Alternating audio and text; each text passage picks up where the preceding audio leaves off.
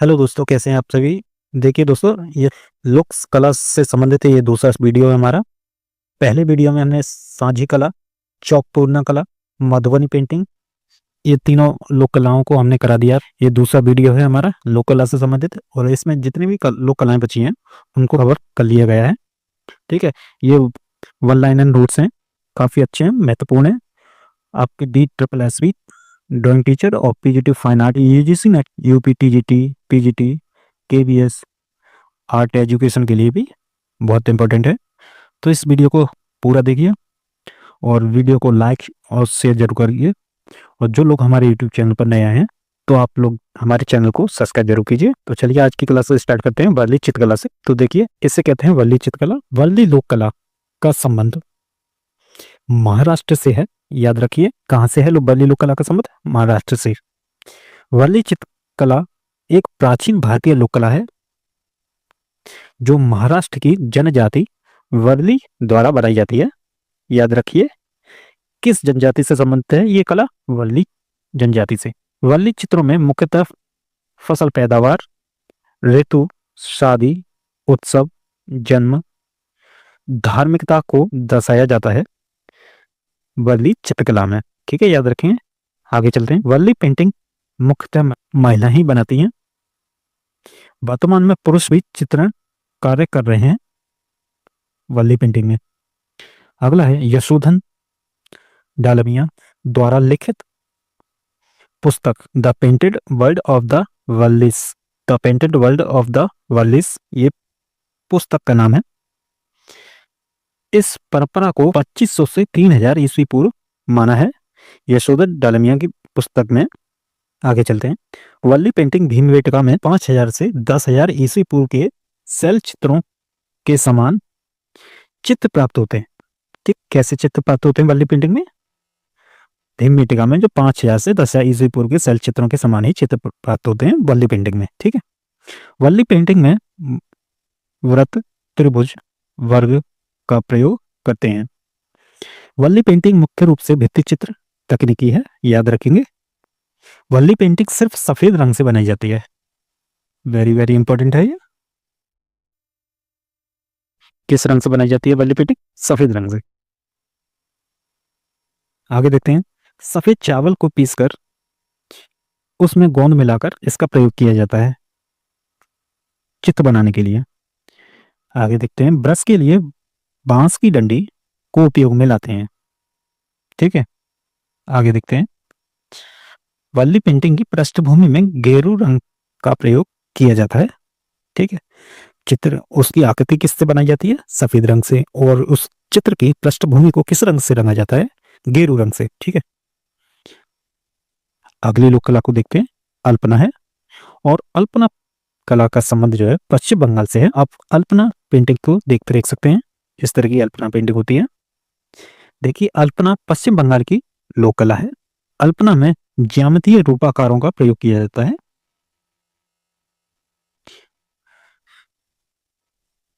पारंपरिक रूप से अल्पना में गीले रंगों में चावल के पाउडर को पानी में मिलाकर प्रयोग किया जाता है। याद रखिए, अल्पना में गीले रंगों में चावल के पाउडर को पानी में मिलाकर इसमें प्रयोग किया जाता है। ठीक है। अभिनेन्द्रनाथ टैगोर ने शांति निकेतन कला भवन में अन्य विषयों के साथ साथ अल्पना को अनिवार्य विषय बना दिया था। इस पॉइंट को याद रखिए। अभिनेन्द्रनाथ टैगोर जी ने शांति निकेतन में कला भवन में अन्य विषयों के साथ अल्पना को अनिवार्य विषय बना दिया था। अगला देखते हैं। अल्पना के लिए गौरी देवी का महत्वपूर्ण योगदान रहा है। याद रखिए, किसका? गौरी देवी जी का महत्वपूर्ण योगदान रहा है अल्पना पेंटिंग में। अब देखते हैं मांडना। मांडना राजस्थान की लोक चित्रकला है। मांडना पेंटिंग इस तरह की दिखाई देती है। प्रसिद्ध लोक चित्रकारी मांडना मुख्य रूप से राजस्थान की है। प्राचीन ग्रंथों में उल्लेखित 64 कलाओं में मांडना को स्थान प्राप्त है। याद रखिए, प्राचीन ग्रंथों में उल्लेखित 64 कलाओं में मांडना को भी स्थान प्राप्त हुआ है। मांडना में सफेद रंग का अधिक प्रयोग किया जाता है। ठीक है, किसका से अधिक मात्रा में मिल रहा है सफेद रंग। और वर्ली पेंटिंग में केवल सफेद रंग से ही पेंटिंग बनाई जाती है। आगे देखते हैं, मांडना में खड़िया, गेरू, हेर मिर्च, चावल का आटा, हल्दी आदि का प्रयोग रंगों के रूप में किया जाता है। मांडना को श्री एवं समृद्धि का प्रतीक माना जाता है। ठीक है, किसका प्रतीक माना जाता है? श्री एवं समृद्धि। मांडना कला का मुख्यतः मीणा जनजाति से संबंधित है। याद रखिए, इंपॉर्टेंट है। किस जनजाति से संबंधित है ये कला? मीणा जनजाति। ठीक है, मांडना कला में मुख्यतः त्रिभुज, चतुर्भुज, वृत्त, शतरंज का आकार, तरंग की आकृति का प्रयोग किया जाता है। ठीक है, तो देखिए, मांडना के लिए खजूर और बांस से बनी ब्रश का उपयोग किया जाता है। मांडना कला में राजस्थान की लोक कला पापूजी के फड़ के लिए शाहपुरा और भीलवाड़ा, शाहपुरा, भीलवाड़ा तथा चित्तौड़, ये तीनों क्षेत्र सबसे ज्यादा प्रसिद्ध रहे हैं। ठीक है, पापूजी फड़ के लिए कौन कौन से स्थान सबसे ज्यादा प्रसिद्ध रहे हैं? एक तो शाहपुरा है, फिर उसके बाद आता है भीलवाड़ा और तीसरा है चित्तौड़। ये तीन स्थान बहुत महत्वपूर्ण रहे हैं। अगली लोक कला को देखते हैं, वो है रंगोली, जो कि महाराष्ट्र से संबंधित है। रंगोली इस तरह से दिखाई देती है महाराष्ट्र की। आगे बढ़ते हैं। रंगोली लोक कला महाराष्ट्र की प्रमुख लोक कला है। रंगोली दो प्रकार से बनाई जाती है, एक तो सूखी रंगोली और दूसरी है गीली रंगोली। रंगोली के लिए उपयुक्त धरातल भूमि है, इसे भूमि पर बनाया जाता है। परंपरागत रंगोली बनाने में गेरू, सफेद खड़िया, चावल, सिंदूर, हल्दी, सूखा आटा का प्रयोग किया जाता है रंगोली बनाने में। ठीक है, महाराष्ट्र के नागपुर की रहने वाली वंदना जोशी रंगोली लोक कला की प्रमुख कलाकार हैं। ध्यान रखिए इनका नाम। महाराष्ट्र की कौन सी ऐसी कलाकार हैं जिनका संबंध रंगोली लोक कला से रहा है? तो वह है वंदना जोशी। ठीक है, आगे बढ़ते हैं। वंदना जोशी ने 2004 को दुनिया की सबसे बड़ी रंगोली पानी के ऊपर बनाकर, जो कि Guinness book of world record में अपना नाम दर्ज करवाया है इन्होंने। इस पेंटिंग को बनाकर पानी के ऊपर रंगोली बनाने वाले दूसरे कलाकार हैं राजकुमार चंदन। ध्यान रखिए इन दोनों नाम को। पहला है वंदना जोशी और दूसरा है राजकुमार चंदन। इन दोनों ने पानी के ऊपर रंगोली बनाई है। ठीक है, आगे देखते हैं। Guinness book of world record तक रंगोली पहुंचाने वाली महिला कलाकार विजय लक्ष्मी मोहन है, जिन्होंने 2003 में यह रिकॉर्ड बनाया था। ठीक है, याद रखिए सबसे पहले किसने रिकॉर्ड बनाया था जो कि Guinness book of world record में दर्ज किया गया था? वो है विजय लक्ष्मी मोहन। 2003 में बनाया था इन्होंने। आगे बढ़ते हैं। अगली लोक कला है कलमकारी लोक कला, जो कि आंध्र प्रदेश और तेलंगाना से संबंधित है। कलमकारी की लोक कला की एक झलक देख लीजिए। आगे बढ़ते हैं। कलमकारी लोक कला का संबंध आंध्र प्रदेश व तेलंगाना राज्य से है। कलमकारी कला एक हस्तकला प्रकार है जिसमें हाथ से सूती कपड़े पर रंगीन ब्लॉक से छपाई बनाई जाती है। याद रखेंगे, ठीक है। अगला पॉइंट देखते हैं। इस विधि में सर्वप्रथम सूती वस्त्र को रात भर गाय के गोबर के घोल में डुबोकर रखा जाता है। फिर अगले दिन धूप में सुखाकर दूध मांड के घोल में डुबोया जाता है।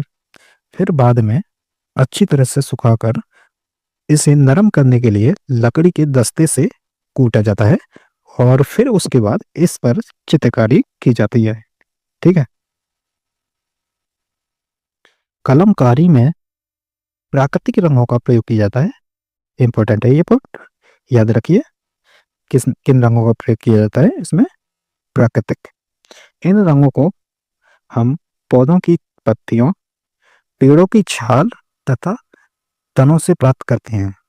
ठीक है, अगर अगली लोक कला को देखते हैं, अगली लोक कला है एपड़, जो कि उत्तराखंड राज्य से संबंधित है। इसका प्रयोग आपने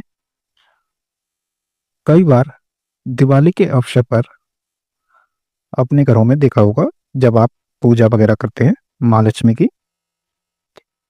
आगे बढ़ते हैं तो देखिए, एपड़ लोक कला उत्तराखंड की प्रमुख लोक कला है। परंपरागत रूप में एपड़ में जावतीय आलेखनों का प्रयोग किया जाता है। ध्यान रखिए, एपड़ का एक प्रकार वासुधारा है, जिसे गृह द्वार, पूजा गृह, पूजा वेदिका, तुलसी के पौधों के चारों ओर लगाया जाता है, याद रखेंगे। ठीक है, चावल के घोल का प्रयोग एपर में किया जाता है, जिसे कहते हैं विस्वार।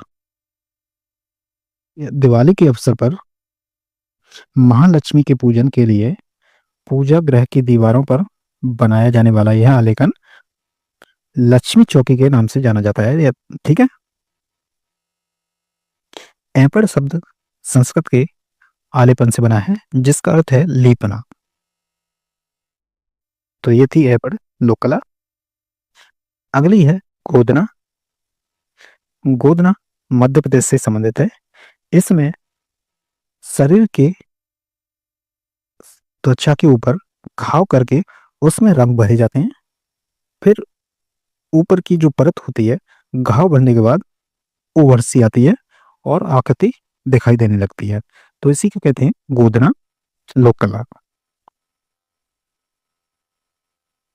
तो देखिए, गोदना लोक कला में शरीर की त्वचा पर रंगीन आकृति उत्कीर्ण करने के लिए घाव करके, चीरा लगाकर अथवा सतही छेद करके उसके अंदर लकड़ी के कोयला का चूर्ण, राख या फिर रंग के मसाले भर दिए जाते हैं। घाव भर जाने पर खाल के ऊपर स्थायी रंगीन आकृति विशेष बन जाती है।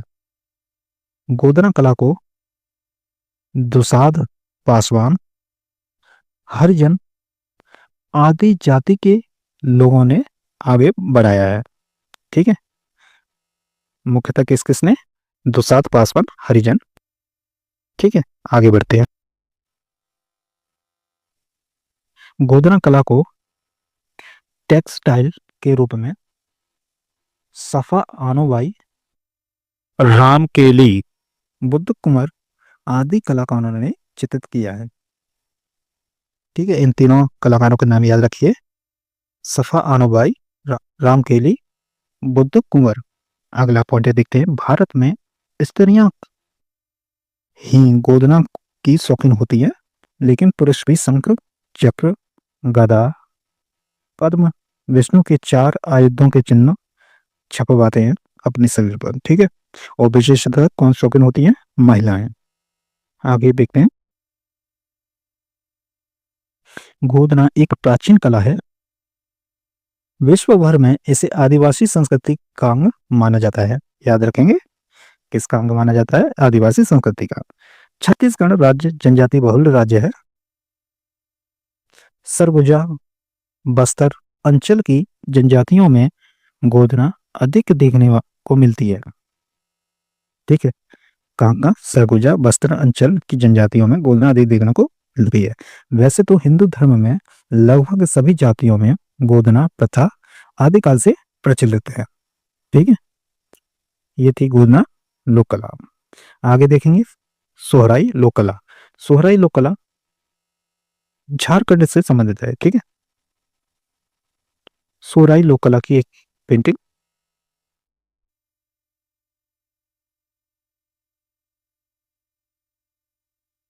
सोहराई लोक कला का प्रचलन मुख्य रूप से झारखंड के जमशेदपुर, हजारीबाग जिले में देखने को मिलती है। ठीक है, झारखंड के जमशेदपुर, हजारीबाग। सोहराई कला एक आदिवासियों की कला रही है। सोहराई कला की प्रसिद्ध कलाकार रुक्मणी देवी हैं, याद रखेंगे।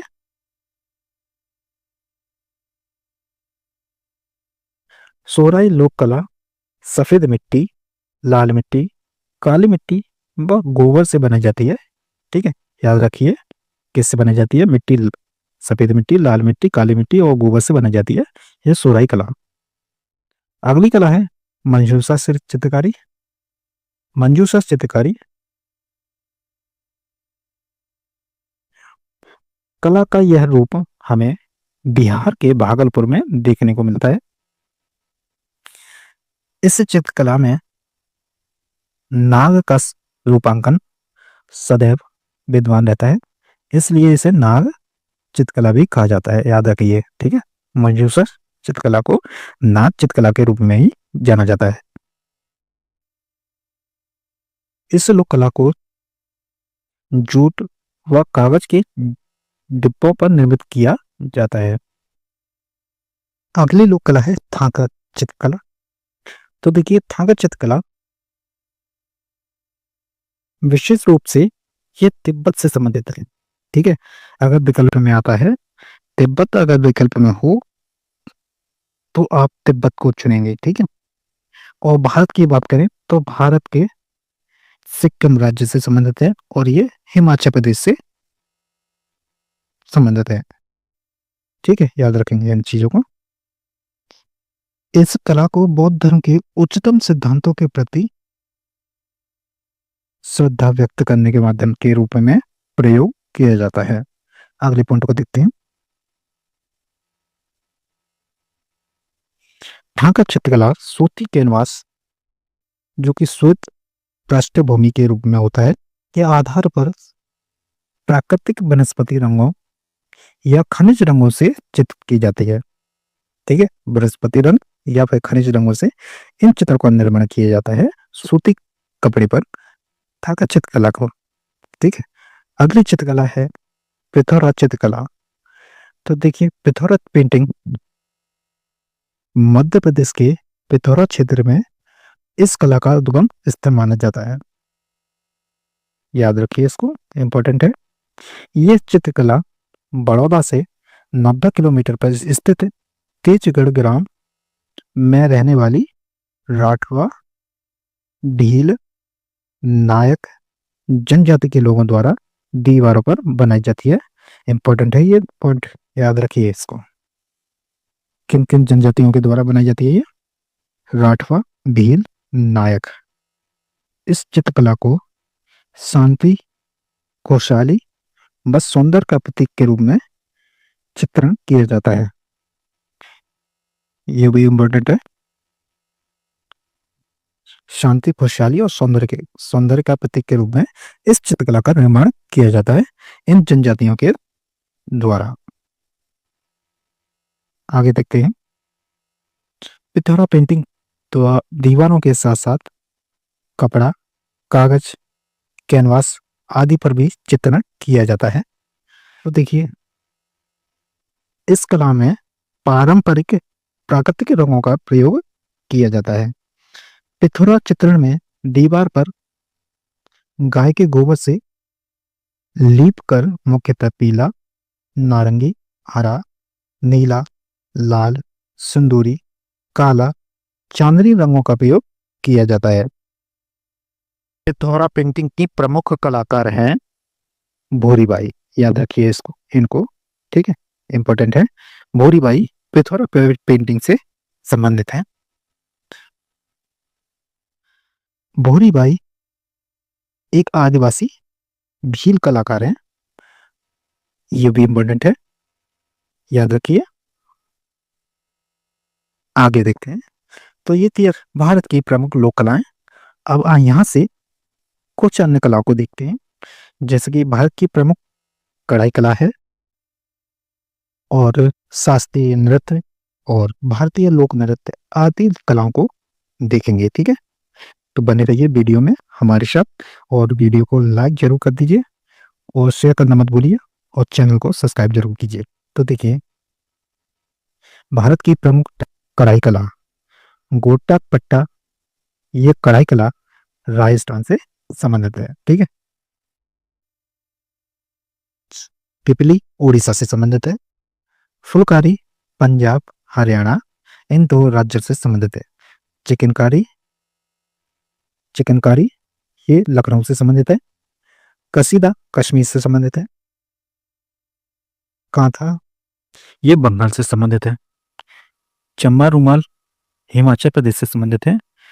सुजनी बिहार से संबंधित है। तो ये थी भारत की प्रमुख कढ़ाई कला।